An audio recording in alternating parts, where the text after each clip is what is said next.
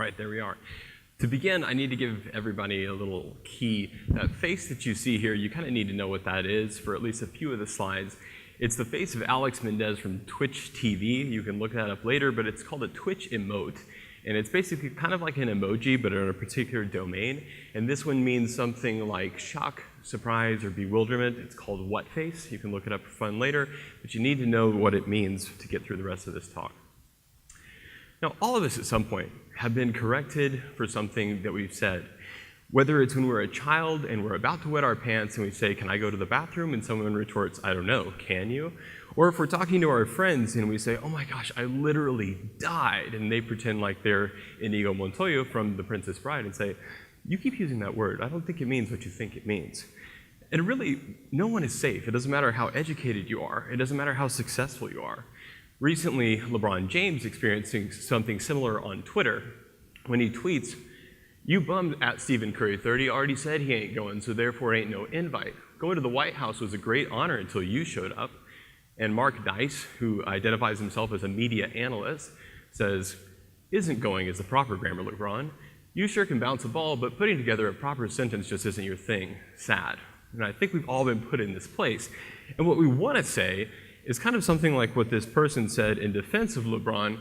"Yo, Mark, don't be a D. Who cares? It's social media, you idiot. No one uses proper grammar on social media sites anyway." And this last sentence I'm going to sort of step to the side of and not focus on, but this idea that on the one hand, when we're corrected, typically we hate it. But on the other hand, there's this interesting tension, because even though we hate being corrected, we still feel like it's right and it's honorable and virtuous to correct what we see as bad grammar.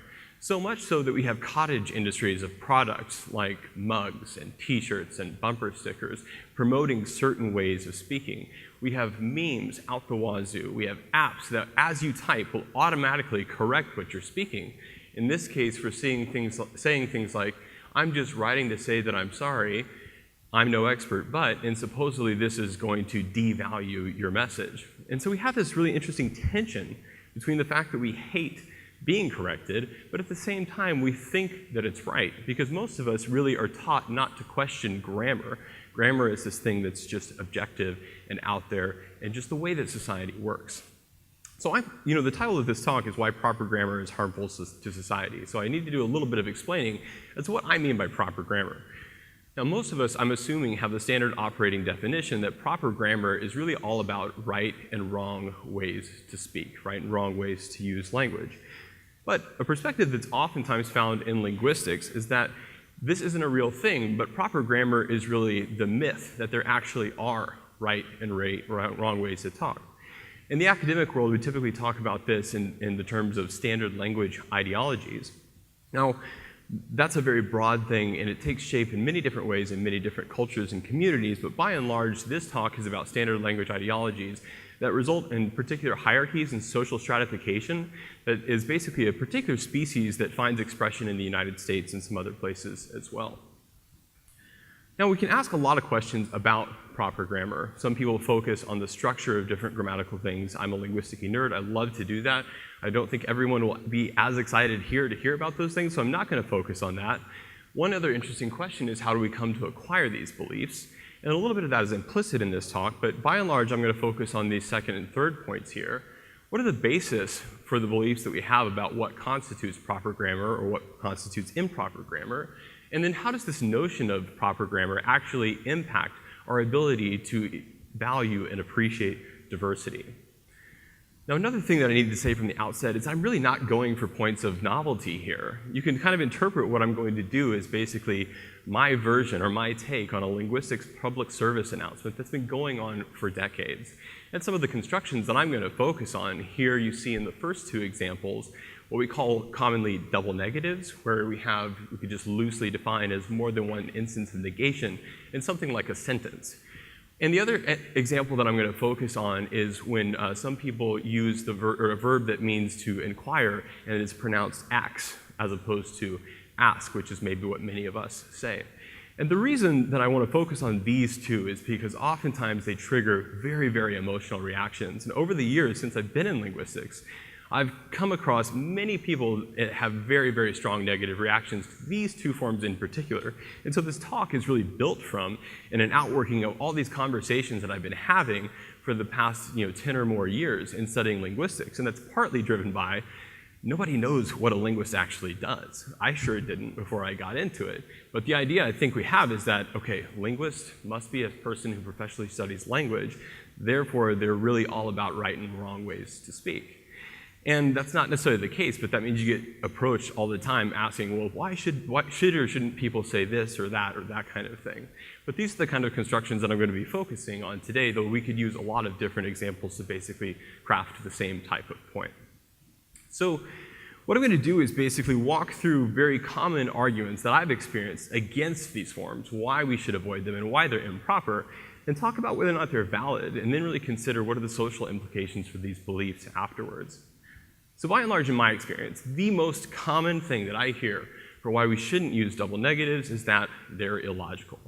And this is based on an idea that was promulgated about 300 years ago, made famous in these grammars that were used in schools all throughout the United States and the UK, that if you have a negative plus a negative in language, it cancels each other out and you get a positive.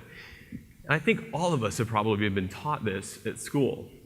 One basic problem of this is that if we look at the linguistic situation around the globe, so this is a map from a site called the World Atlas of Language Structures Online, and it's instances of languages that behave differently depending on if you have what's called a negative indefinite pronoun, which is a word like nobody or no one or nothing, and whether or not you have to have another thing in the sentence that actually includes negation. So for example, if I say, I don't want nothing, I've got a negative pronoun, and I've got negative on the negative instance on the verb do as well.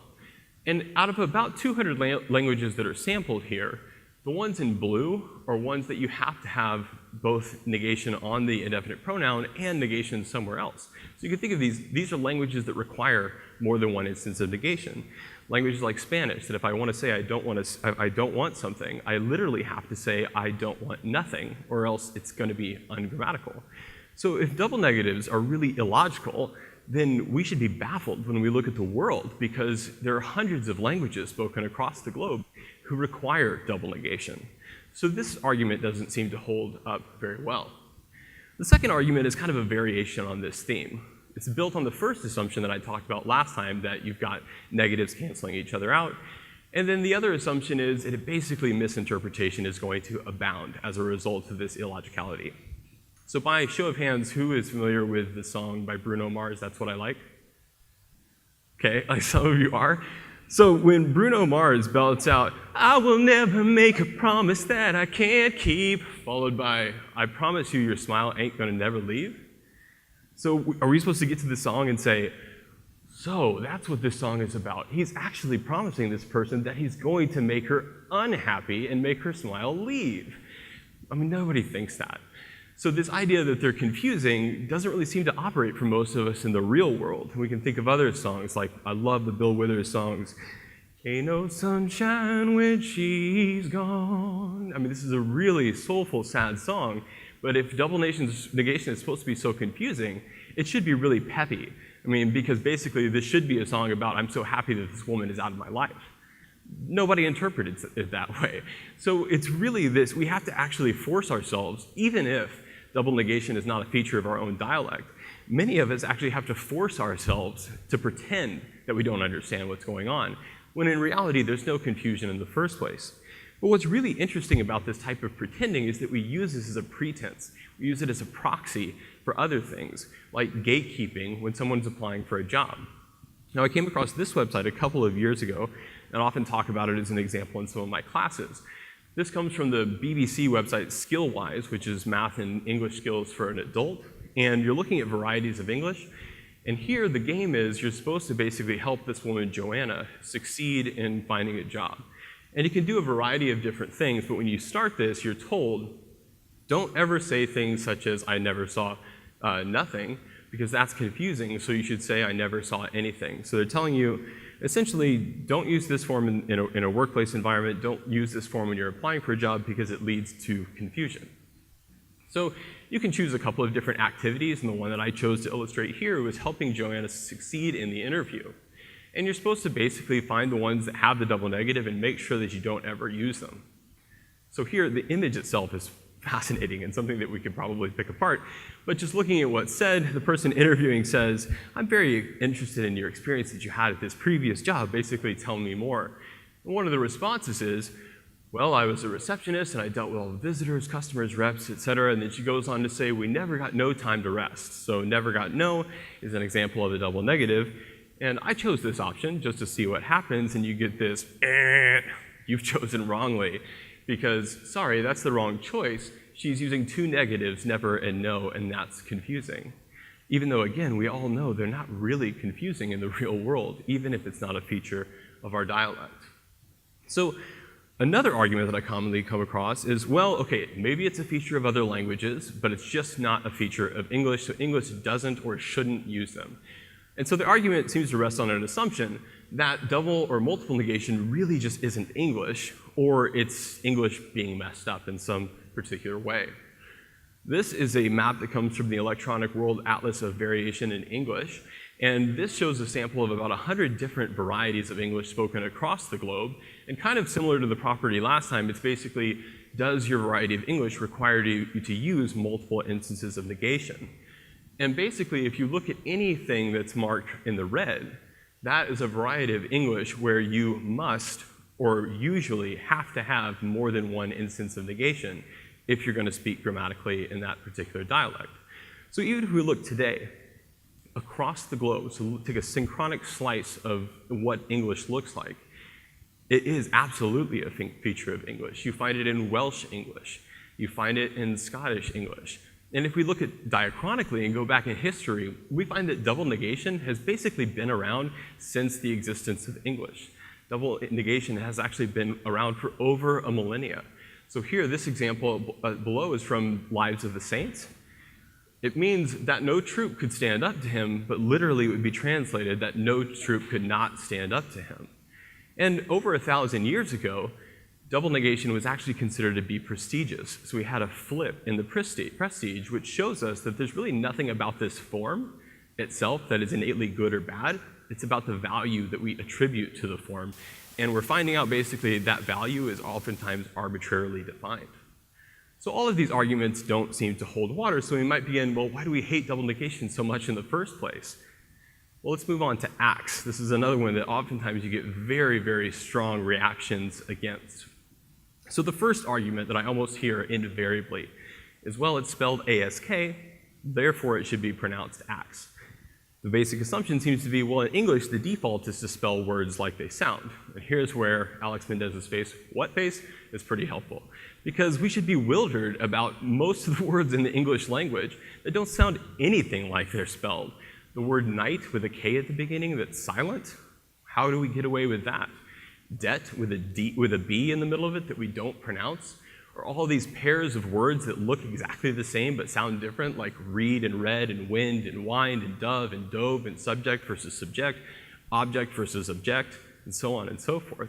Now, these things often tell us fascinating things about the history of English. So, for example, a word like knife that has that silent K at the beginning, it doesn't get pronounced anymore, but it used to actually be pronounced something more along the lines of knief. So at some point in history, some of these silent letters might have actually been pronounced. Some of them, like the P in receipt, were added in later when people were so obsessed with Latin that they actually changed the way that that word was spelled to reflect the original Latin word, even though we got it from influence from French. So that doesn't seem to be a good argument. Well, the next one is that basically, okay, it's still people switching the letters around. People are messing up the way that it's pronounced. And this relies on the assumption that ask itself is the basic form, and then basically when somebody says ax, they're doing what we call metathesis, which is just a fancy word for taking sounds and switching them around. So imagine that I'm at a job interview, and I don't know when this ever would happen, but let's say that somebody offered me $100,000 as a salary, and I say in this interview, yes, I would be comfortable with $100,000 as a starting salary. So who noticed what I did there? What was that? So I did something different with the way that I pronounced the word comfortable, which is normal for me. Or imagine if you're in a doctor's office and your doctor says to you, please wait while I get your prescription. What's wrong with that? Well, probably nobody notices whatever it is I'm doing, and it's hard to find out.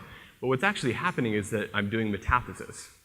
Instead of saying comfortable, I'm saying comfortable and switching those sounds around. Instead of saying prescription, I'm saying prescription, and I'm switching those sounds around.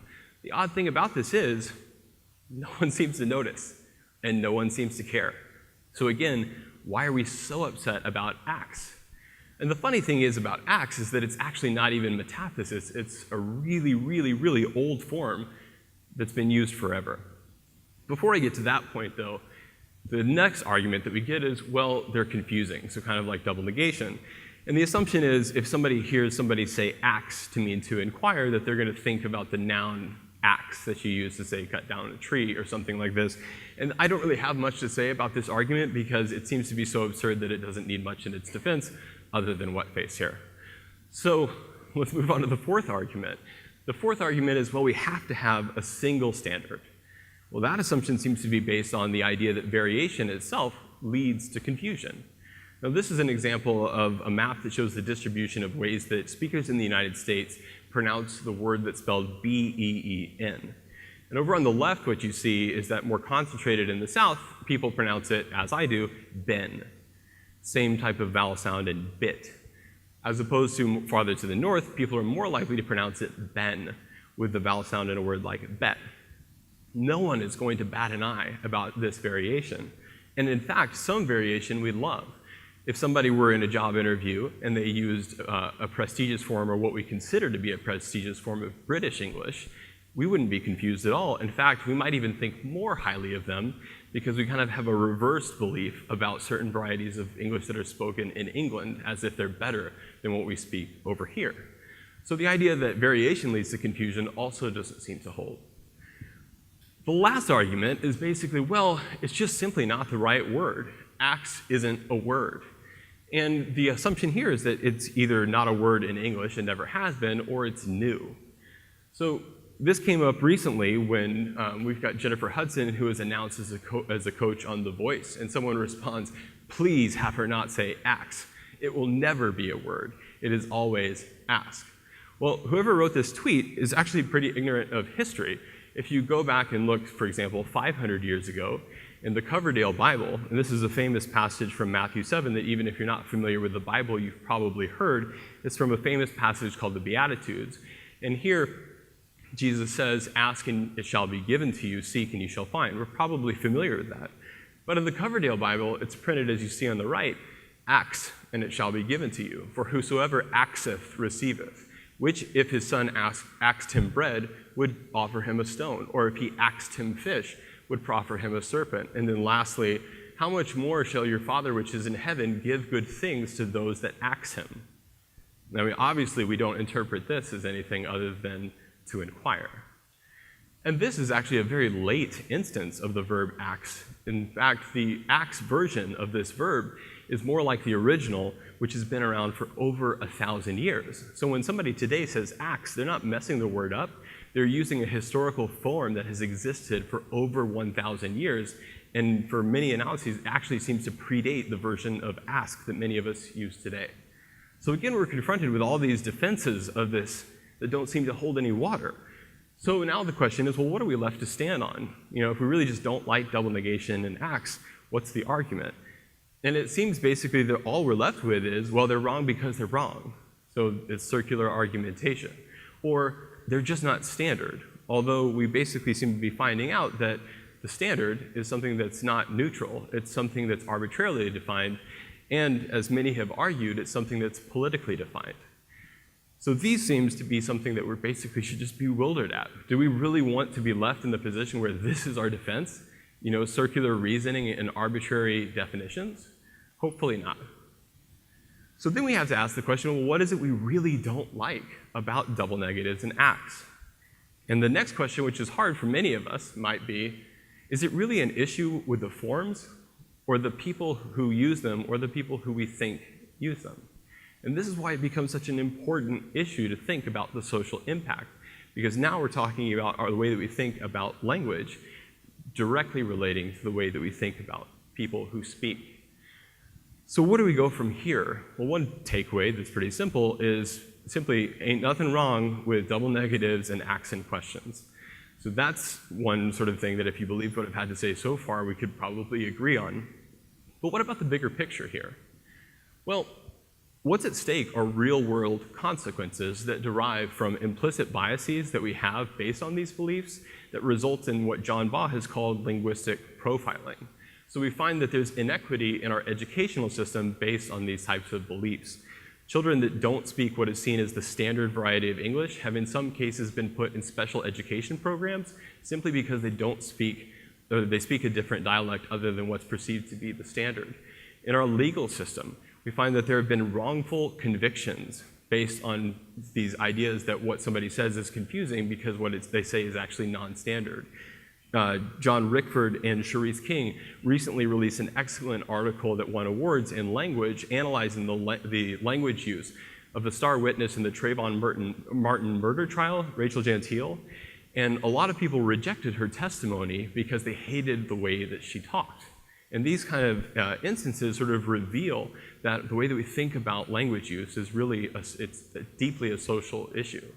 It results in inequity in our workplaces and in everyday life. When John Baugh coined the term linguistic profiling, he did it based on an extensive study where he would call and try and get a house or an apartment, and basically he would get an apartment or not depending on the way that he spoke. If he spoke in a way that was much more like African American English or Mexican English, sometimes they would screen the calls and he wouldn't even get a call back, or he wouldn't get an apartment. But if he spoke in a way that was closer to standard American English, he tended to get an apartment with greater frequency. So it looks like we actually act in the world in a way that's based on these that trigger some interesting asymmetries. So what it means then is that we basically are targeting asymmetrically specific varieties of language, and we engage in practices of exclusion, stigmatization, and marginalization. But what a lot of linguists have argued and shown through systematic research is that this is the fact of our world, but we have absolutely no valid basis for doing so. So the question is, why do we actually do this? So why is it that we not just allow, but also seem to value, so kind of going back to that original slide, we seem to value language-based discrimination? The thing is that language use, as I mentioned earlier, is invariably tied to the people that speak. And that means our beliefs about language use are going to be deeply intertwined with the beliefs that we have about the people who use them. Now, what a lot of linguistics research has shown and what a lot of linguists emphasize is that another outcome of this is that we're just missing out on what human language is. Can you imagine any scientist who studied a particular species and had some arbitrary reason to exclude a large portion of the species that he or she was investigating, and came up with these results? We ought to all question what was actually happening. So when we ignore half of what people say and say that it's wrong, we're limiting our understanding about what human language actually is. So all of these things, which I've heard just in living in the world around me, that we all might have negative reactions to, because we've got double negation, we've got double comparatives, we've got double modals, mida justa. We've got things like positive anymore, which is a very Midwestern thing in some other areas as well. All of this actually are instances of the richness of expression of human language. And every one of these can tell us something fascinating about it, what it means to actually speak language. So we're missing out about the richness and diversity of human experience when we ignore a lot of what language use is actually about. And what I'd like to at least propose is that what this then does, because of the relationship between the way that we think about language and how that causes us to think about other people, is that we're actually counteracting other attempts to value and appreciate diversity. So linguists have emphasized over the decades that we find out about what language is by focusing on what people say, not what we want people to say or what we think people should say. And linguistic diversity is just a normal and beautiful fact of human life, and it's not a problem to be eradicated. So we can actually learn to appreciate and value linguistic diversity, and hopefully that will help us to appreciate and value other people too. Thank you.